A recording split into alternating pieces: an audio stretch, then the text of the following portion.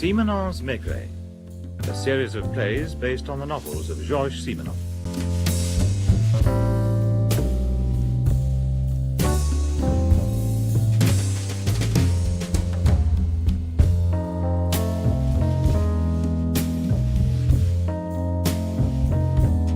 No, Georges, I haven't told you about the José case. Why not, Jules? Well, there are several cases I haven't told you about for, personal reasons. For the part I played in them. And one of them was the José case. Here's the file on it. Which suggests to me that you're going to tell me about it now. That's right. But why now? It happened over 4 years ago, didn't it? Because it disturbed me then, and it continues to disturb me. And secondly, because of something that happened in my office a couple of days ago. Made me wonder more than ever about the outcome of the trial.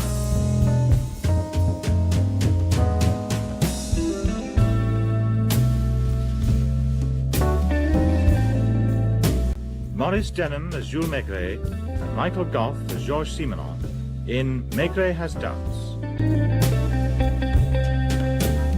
José presented himself at the Auteuil police station at 2:30 in the morning. As you say, about 4 years ago. I've forgotten the exact date, but you'll find it in the file. And announced that his wife had been murdered. I first heard of it on my way to work. Terrible murder in Auteuil. Terrible murder in Auteuil. Oh, morning, Chief Inspector. Good morning, Pierre. Christine José murdered. Read all about it. Christine José. Oh, you knew her. Well, I knew of her. Give me a paper. You're in charge, Inspector. Nice one, this. Throat cut. Oh, it's the husband done it, I reckon. Wealthy woman found dead with her throat cut. Must you be so specific? Sells papers. Christine José found dead. Wealthy woman found with throat cut. Read all about it. At the Quai des Orfèvres, I found that José had been sent from Auteuil for questioning. He was brought into my office. By this time, it was after 11. I ordered sandwiches and beer. I knew it was going to be a long session. I'm sorry that you should be questioned at such a time, monsieur, but it is necessary.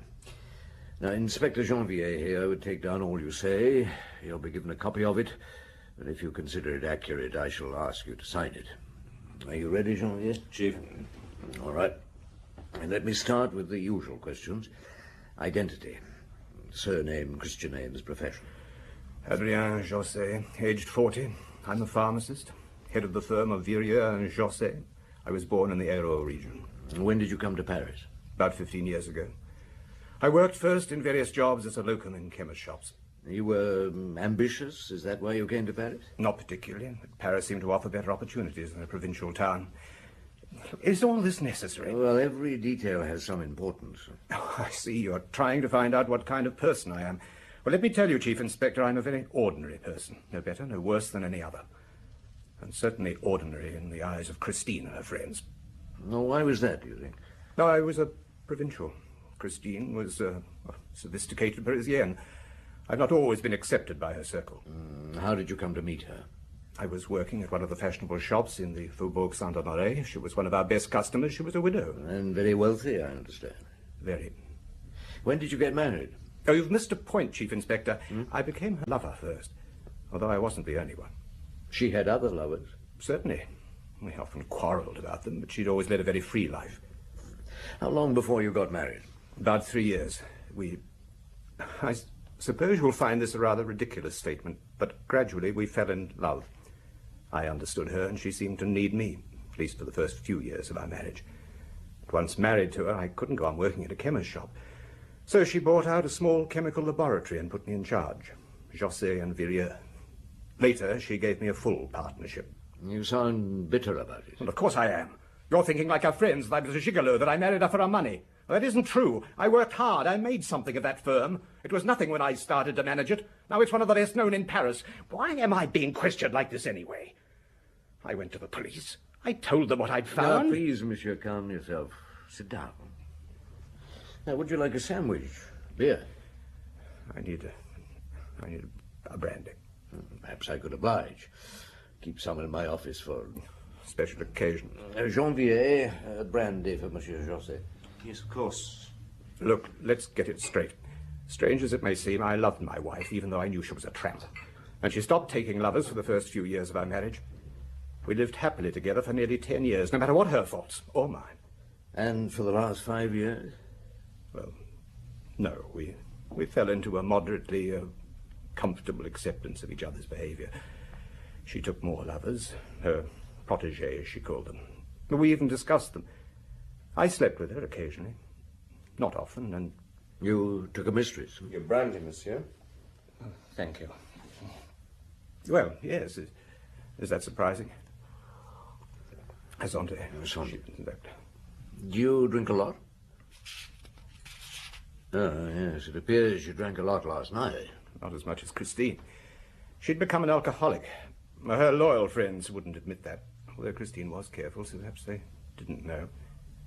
During the last few years, she's often slept into the afternoons, but when she woke up, she couldn't function without spirits, and sometimes drugs. I'd like to know more about your mistress. What's her name? Annette Duché, my secretary. We've been lovers for about a year. She has a little flat in the Rue Colincourt. Do you pay for its upkeep? Not entirely. Let's say I subsidize it. And how often do you go there? Once or twice a week. She prepares a meal. Well, it's more intimate. We rarely eat out.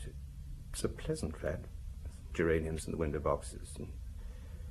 As a matter of fact, I was there yesterday evening. We'll come to what you did yesterday in a moment. Now, is Mademoiselle Duché a Paris girl? No, she comes from Fontenay-le-Comte. Her father is head clerk to the sous-prefecture there. Although he wasn't doing his job yesterday. He came to the Rue Colincourt while I was there. No? Why? Because he just found out about my affair with his daughter. Annette was only 20s, I suppose. Well, anyway, he was very upset and surprisingly quite drunk. Annette tells me he rarely drinks. Had you ever met him before? No. There was quite a scene in the flat. He wanted to know what I was going to do about it. I tried to placate him. Well, it was difficult. He was so drunk, almost incoherent. Then he asked if my wife knew about it, and when I said yes, he asked me if I was going to divorce her. I must admit I said yes without really thinking. You mean you didn't really want a divorce? It's difficult to answer that question. If I was less tired, I could explain more clearly. But I want you to know I'm trying to help you in every way I can. Perhaps I had, during the year with Annette, considered a divorce, but not seriously. I was happy the way things were. I think I only wanted to pacify the old man. You said your wife knew about your affair. Oh, yes. By this time we never hid anything from each other. How did she react? With contempt. She'd met Annette in my office, and later she asked, "Oh, and how is the little girl? Not pregnant yet? What will you do when that happens? Will you ask for a divorce?" No, excuse me. Maigret. Dr. Paul, I thought you'd like a preliminary report. Send you the final one when we finish checking. Good, thanks. 21 wounds inflicted by a sharp instrument, so sharp that the head was almost severed from the body. She'd not eaten. Time of death somewhere between 10 and 1. Oh, well, can't you be more precise? Not at the moment. Round 11 seems probable, however. One more detail which might interest you. She'd had sexual intercourse a few hours before her death. Thank you, Doctor. You've been very helpful. I'll be in touch. I'm sorry about that interruption. Now, where were we? I'm damned if I know. You've treated everything I've said with mistrust and suspicion. No, that is not true. Look, the only thing clear to me is that I'm being questioned as if I were a guilty man. I'll tell you something. Just being here is beginning to make me feel guilty. Every time I open my mouth, I seem to be building up some motive for killing Christine. And I did not kill her. Monsieur, I'm trying... Monsieur, you must calm down for your own sake. Must? Haven't I the right to behave like a normal human being to protect myself? Good God. I've hardly slept all night. I don't know what I'm saying. I've got... Now, please, monsieur. Yes, what is it, Maigret speaking? Comelio here. Has he confessed? Monsieur, I'm very busy. Has he confessed? Look, this is a very complex situation. The interrogation is in progress. Does he deny it? I haven't got that far. Then you should read the papers. I want you to come to my office straight away. But straight away. I seem to be ahead of your interrogation. Now, Maigret, take a look at that. The midday edition. Look at it. Double life of Adrien Josset. A violent scene in Love Nest in the Rue Colincourt. Yes, I know about that. You didn't say that on the phone. I didn't have the chance to, sir. The press seemed to be more on the ball than you. How did they get the story so quickly? It seems Anna Duche's concierge phoned the editorial office of Le Monde. I wonder why. Wonder what? Why the concierge phone? I can't see that it matters. It may have an importance. I don't understand you, Maigret. You should know that we deal in fact. That's our job. And we have facts. You just said so. The story is true. So don't you think Josset should be arrested? No, I think it's too early. I'd like to finish my interrogation before I finally make up my mind. Oh, well, get on with it. And don't waste any more time. Yes, sir. You've met Camillo, haven't you, Georges? One of your examining magistrates? Yes. An impatient man. His moustaches tremble. I hadn't noticed. Though he's often called my dear enemy. He's not a bad man, but, as you say, impatient. A fact to him is a fact, and he'll act on it. But you like to consider what lies behind a fact. Yes. Yes, I do. Anyway, I was in a temper that morning. When I went out of his office, I banged the door so hard that I nearly broke the glass. Not for the first time. But, to be fair to him, I was more in a temper with myself, because I didn't think I'd handled my interrogation of Josset very well. And you'd missed your lunch. Oh, yes. Louise had prepared me champignons à la grecque and escalope de veau à la viennoise. Much better for you than beer and sandwiches from the Brasserie Dauphine. You're overweight, Jules. Oh, you're not sylph-like yourself. Anyway, I went back to my office. Now, let's go over your movements from late yesterday evening, monsieur. All right. Well, I left the office with Annette about 6. We bought some food for the evening meal. Then we went to the Rue Colincourt. At about 8 o'clock, I had my confrontation with her father, as you already know. We were halfway through our meal when he arrived. After our altercation, funny thing, we finished drinking each other's health with the remainder of the champagne. And then? I left early. I was upset. After my promise to André Duché to marry Annette, I felt I'd betrayed Christine. Even though our life together wasn't idyllic, there was something about Christine that still excited me. Annette isn't the same as Christine was. I wish I could explain. She was the first woman I'd ever known deeply and intimately. It's something I can never forget. Your first real, passionate love. Have you, Chief Inspector? Have you? Would it be possible for me to have another brandy? Sure, Jean-Vic. Would you like a sandwich? I couldn't eat anything. Do you mind if I do?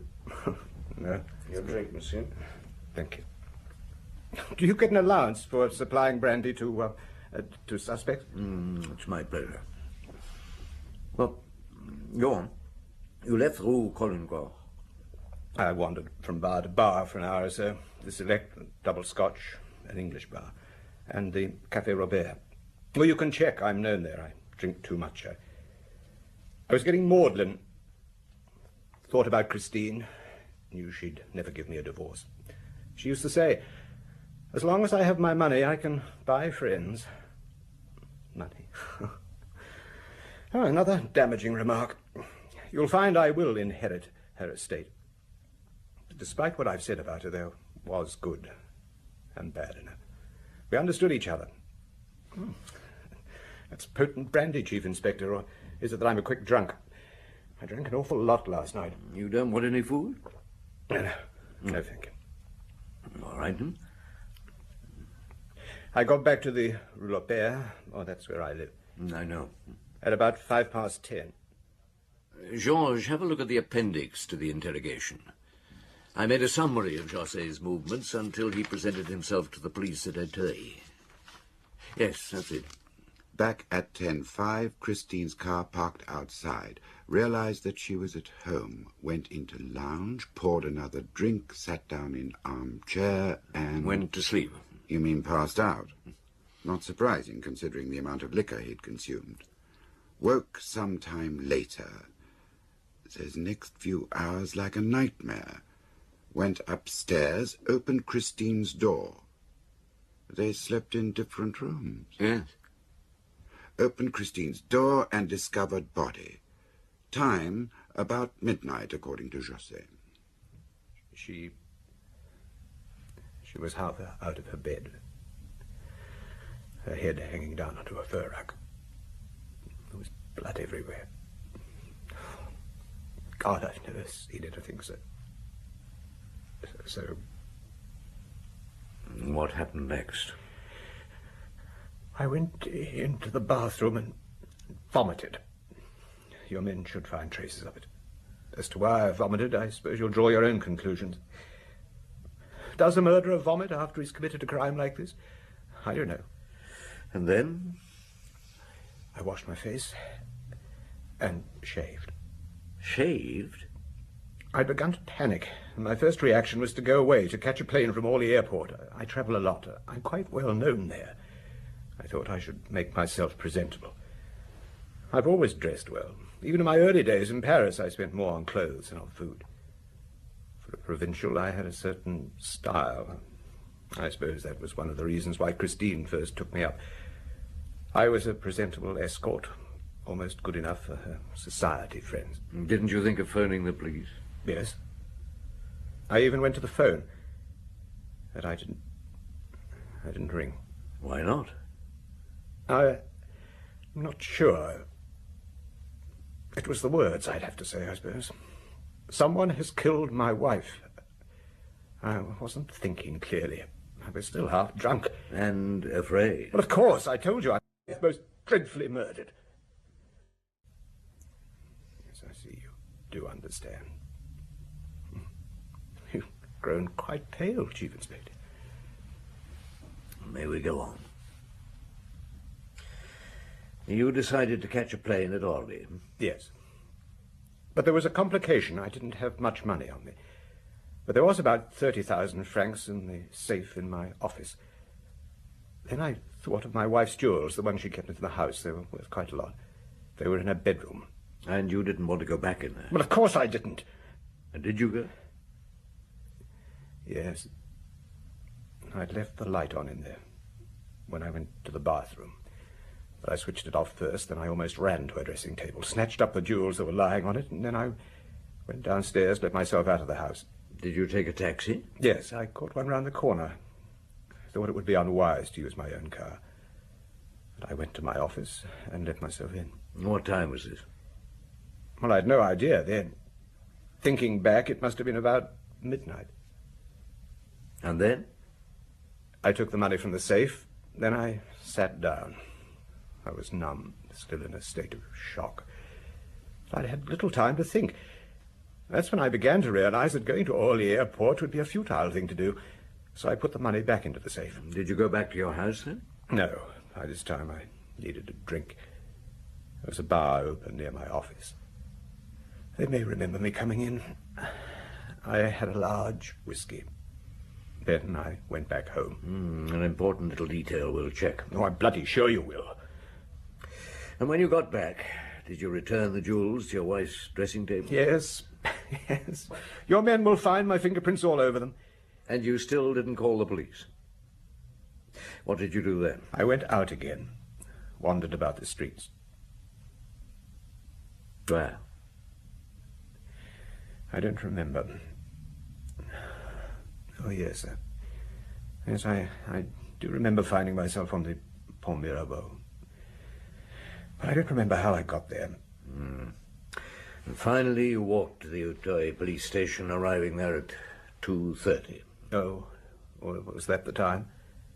I don't know. Maigret? Cornelieu. Has he confessed? No, he still denies it. I'd like to see you in my office. Look, there are other things I could be doing. Chief Inspector, I would like you to come to my office at once, please. Well, as quickly as I can, sir. Well, that's all for now, Monsieur José. Sorry it's taken so long. Inspector Janvier will bring you a typed statement. Read it, and if you think it accurate, I'd be pleased if you'd sign it. And if there's anything you want, just ask the inspector for it. On the way to Comelio, I wandered into the inspector's office. Lapointe had just got back from José's house, where he'd been questioning the maid, and Madame Siran, the housekeeper. He was typing out his report. How did you get on, Lapointe? Well, has he told you about the dagger? What dagger? Ah, you don't know. Well, this should interest you. When I was questioning Madame Siran in José's study, I saw that she was looking for something, although she tried to hide it from me. I asked her what she was looking for. She said nothing at first, but she finally admitted that she was wondering what had happened to the dagger. What kind of dagger? German. One of those commando knives that people sometimes keep as a souvenir. Well, she said it was usually on José's desk. He used it as a letter opener. But it wasn't there. No. I searched the house from top to bottom. There was no sign of it. I thought it could be the murder weapon. A dagger of that type could be pretty lethal, couldn't it, sir? If it was an old commando knife, I think you're safe in making that assumption, my boy. Is there anything wrong, Chief? Look, I've had to forego an excellent lunch, and our respected examining magistrate is driving me up the wall. Otherwise, I'm my normal, calm self. So get that smirk off your face. I prefer your look of ingenuous innocence. Yes, sir. And let me have your report as soon as you've typed it out. Why are you so reluctant to come to a conclusion? Am I? It's simply that I'd prefer to be sure. I will admit that José seems over-anxious to justify his statements, to be precise and truthful, but... But what? What? There's still a lot to check. Oh, for God's sake, Maigret, look at the facts. José promised that he would divorce his wife. That means he would have to give up his wealth and position, lose his share in his firm. And this love nest... Cheap newspaper headline. Aren't you prejudging the case, condemning the man on moral grounds? Oh, absolute nonsense. We have here an unscrupulous man who took advantage of a vulnerable, wealthy woman, and then took a mistress. It's a classic situation which often leads to tragedy. You've never understood these people, Maigret. This society. I do. 4 or 5 of my friends who know José and his wife have been on the phone to me. Are they against him? Oh, they know what he is, an interloper, an intruder. And were they José's friends also? I didn't say that.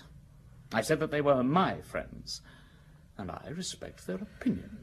Rather tenuous grounds for a charge of murder, don't you think so? Oh, really, Maigret? Look, I said before I'd like to finish my interrogation before you take any action. All right. I'll wait until your final report before his committal. But you may take it. But my mind is made up. From the look on your face, it looks as if I'm going to be arrested. I think so. It was inevitable. I knew all along I should have gone to the airport. Well, that wouldn't have done you any good. Monsieur, why didn't you tell me about the dagger? What have you done with it? Oh. Yes, I should have told you. You threw it into the Seine from the Pont Mirabeau, didn't you? Well, have they found it? Not yet. I've only just heard about it. Tomorrow the divers will go down. Did you kill your wife? No. Then why did you go to the trouble of disposing of the dagger by throwing it into the Seine? Because if it had been found in the house, I don't know. It could have been used to kill Christine. It was in my bedroom when I got home. I don't know how it got there. I suppose I took it there for some reason or other. I don't remember. If the police had found it, I couldn't think what I would say to them. I know it's irrational. Were there any bloodstains on it? No. Well, then why? Well, because if the dagger had been used, the murderer would have cleaned the weapon, wouldn't he? So you see, if I'd killed her, I would have cleaned it. Well, that's what the police would have thought. That's why I threw it into the Seine. Nobody would have believed me. I didn't get away from the Quai des Orfèvres until 6:30 that night. On the way home, I decided to go to the Rue Caulaincourt. to see what kind of woman Annette Doucet was, and to verify José's story. Somehow he'd given me the impression that the whole affair with her was a romantic one. Geraniums in the window, tete-a-tete meals, candlelight. Now, what I found was disappointing in a way.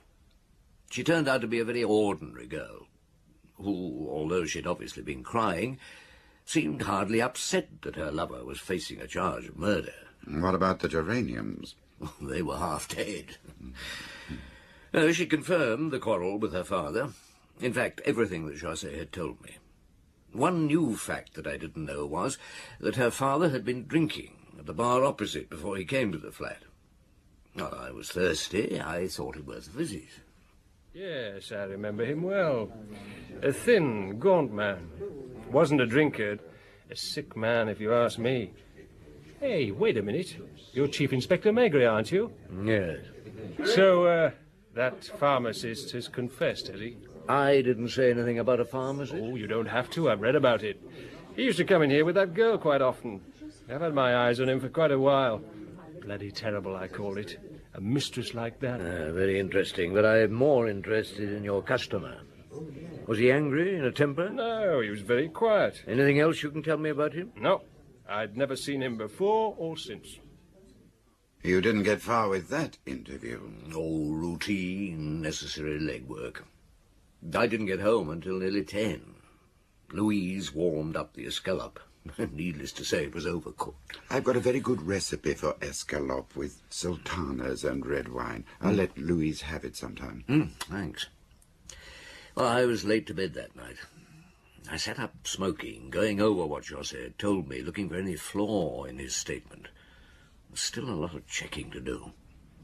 What worried me most was that he'd told me, or so it seemed at that time, the exact truth about his movements, yet he'd lied about the dagger. He doesn't seem to have lied, Jules. Wasn't it more a rather silly omission? You couldn't blame him for that. A frightened man, a weak man. I wonder what I would have done in similar circumstances. Well, in 10 minutes, with your dexterous brain, you'd have persuaded your interrogator that he'd done it himself. Now, what I had to consider was that José seemed to have told the truth about all his movements outside the house. But what happened inside between 10:05 and about 11:30? We only had José's statement, no witnesses. Since Christine died after 10, could anybody else have got into the house unnoticed, while he was allegedly sleeping? Could they? Undoubtedly. It was something I checked up on the next morning. It's solidly built, heavy oak doors. The lounge room leads from the hallway, which in turn leads to the first floor.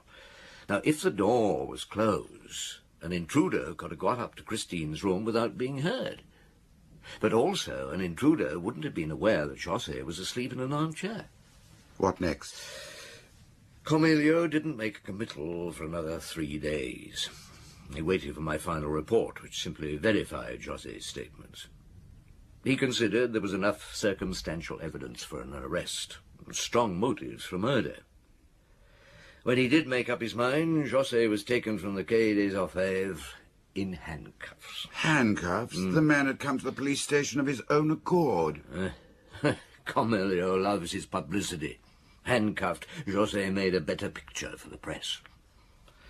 Now, the following morning, I got a nasty shock.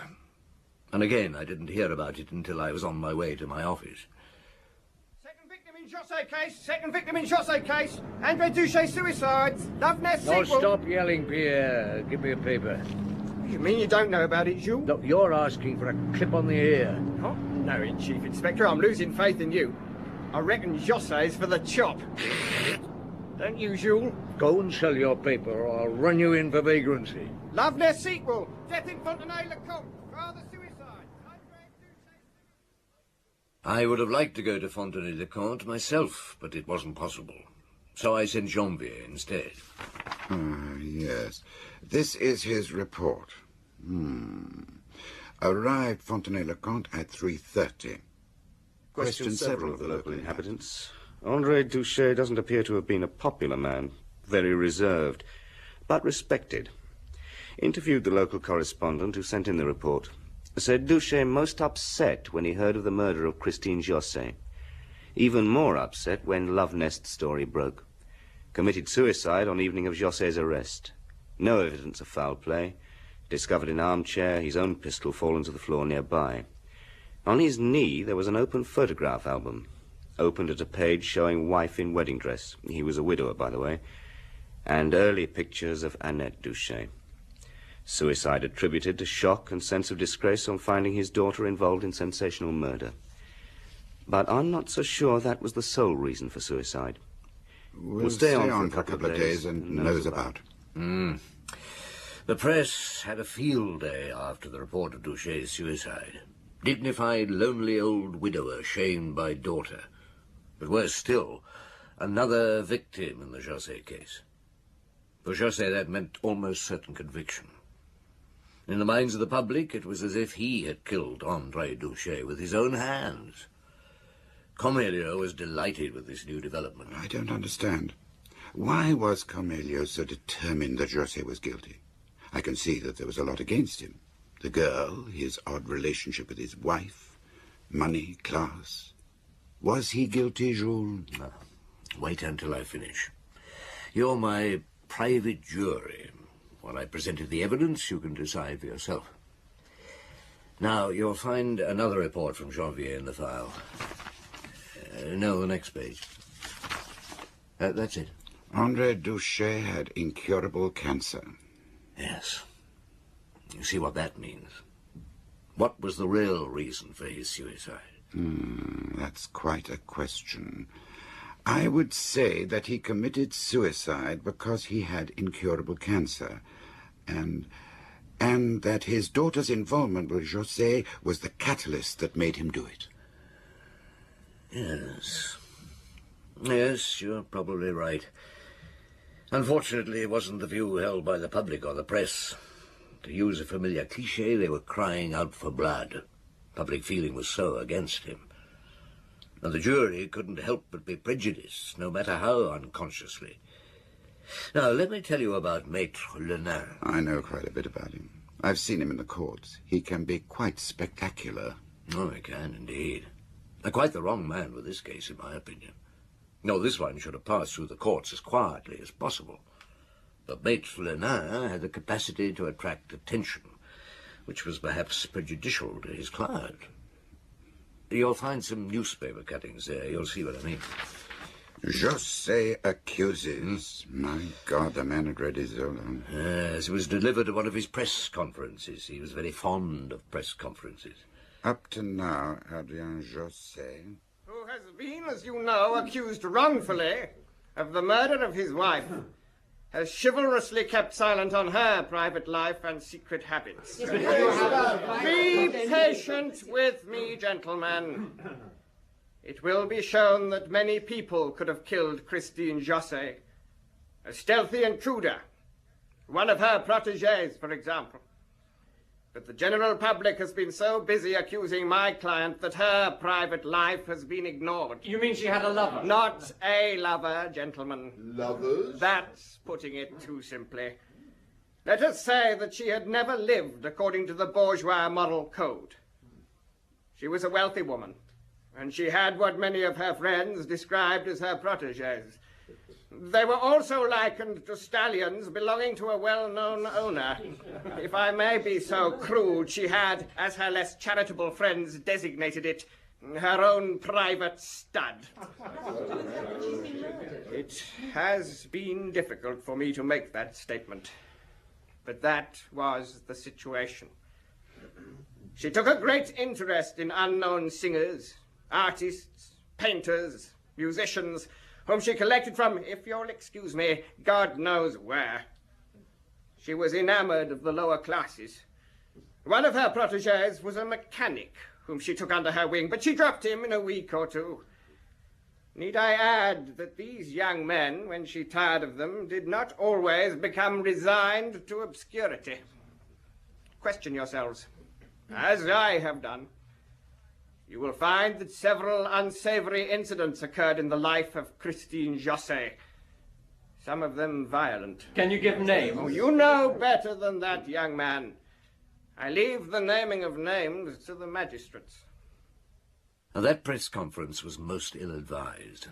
It created sympathy for the murdered woman rather than sympathy for the accused. But why? Well, I think it had a lot to do with the personality of Maître, who was more concerned with his own publicity than the defense of his client. And the press were violently against José. Why? There were more francs to be squeezed out of moral indignation. And that in itself was a byproduct of guilt. There, but for the grace of God, go I. I didn't realize you were such a cynic, Jules. And something of a philosopher. But why are you still worried about this case? I wonder if I might have done more for José. Why? Do you think he was innocent? I don't know now. I didn't know then. When I first joined the force, when I was less experienced, I might have said I thought he was innocent. But now I've learned that anything, even the improbable, is possible. One thing I'm certain of, José was unlucky. First, we didn't find the dagger in the Seine, and it was implied that José was lying when he said he couldn't remember from which part of the bridge he had thrown it. And then there were the anonymous letters. We got 53 altogether, and 2 of them, as you'll see, were very damaging. Yes. Chief Inspector Maigret, who thinks he's so clever, should question a certain Hortense Meletier-Neroulepic, who is a filthy abortionist. She had a visit from the Douchet girl and her lover 2 months ago. Was this woman an abortionist? Yes. Did you find out who sent this note? Again, the concierge at the Rue Colincourt. She hated Annette Douchet for some reason or other, or wanted to get her picture in the papers. I sent for Mademoiselle Douchet. I didn't beat about the bush. Mademoiselle, you've recently had an abortion, is that correct? I suppose I must answer that. It would be wise to. Yes, I did. Who was the abortionist? Madame Maletier. Who gave you her address? Adrien. Well, I'm afraid I'll be instructed to arrest you, and Madame Maletier as well. But you should get bail. I'm sorry, but there'll be no way of keeping it out of the press. José and mistress accused of second crime. Abortionist arrested. Annette Douchet arrested. Read all about it. José accused, second crime in murder case. With that revelation, public feeling reached its peak. It was difficult to find anyone who believed José was innocent. But there's that other anonymous letter I'd like you to read. Christine José liked low types. You will find a man called Popol at the Part de la Lune in the Rue de Charon. She met him several times in a boarding house near the Saint-Martin Canal. Although she gave him money and bought him clothes, that didn't stop him beating her up. She was heard screaming several times. José doesn't deserve to be found guilty. He should have cut her throat years ago. Well, one person with sympathy for José. Huh? Did you find out anything? No, I went to the Bar de la Lune myself. It was a meeting place for a bunch of very unsavory characters. Not a word could I get out of them. They said they'd never heard of a Popol. But I'm sure they had. Their answers were too casual, too innocent. Got no further at the boarding house. A very seedy establishment. And finally came the trial. You'll remember the outcome. José found guilty of killing his wife with premeditation, and there were no extenuating circumstances. He looked dreadful in the court. He must have lost 3 stone while waiting trial. He appealed. His appeal was turned down. And so, of course...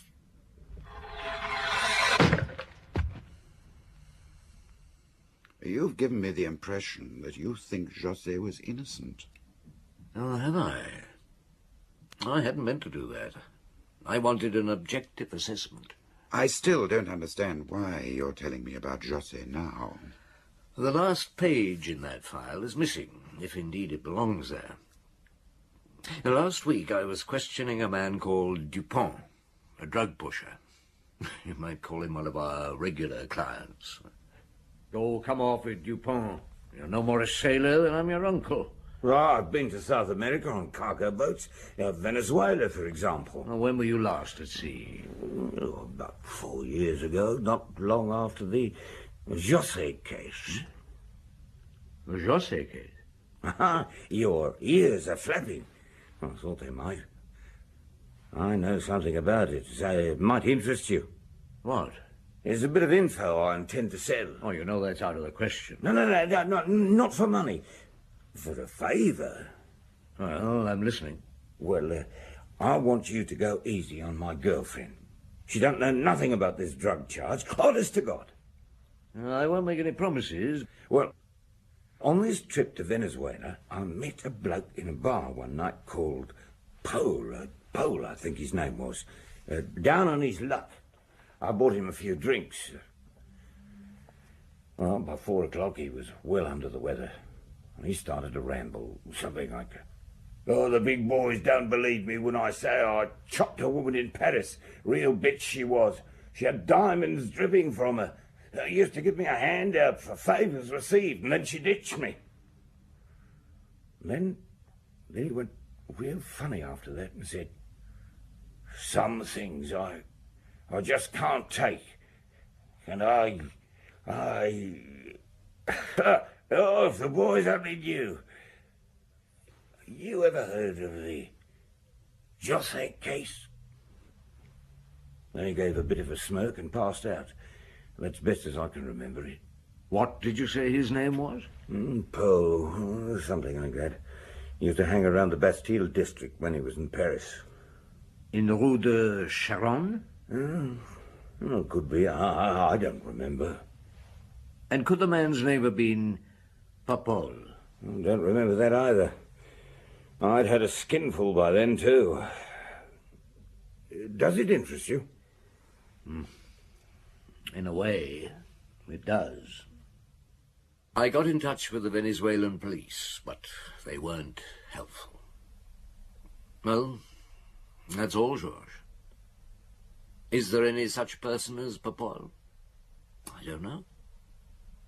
And if there was, or is, was he angry enough, humiliated enough to murder Christine José? You get a lot of false confessions, don't you? Yes, for all kinds of reasons. Mostly cranks. Do you believe this Dupont? I don't know. I can't stop thinking about José. I suppose I told you about him because I want your assurance that we didn't execute an innocent man. Did we, Jean?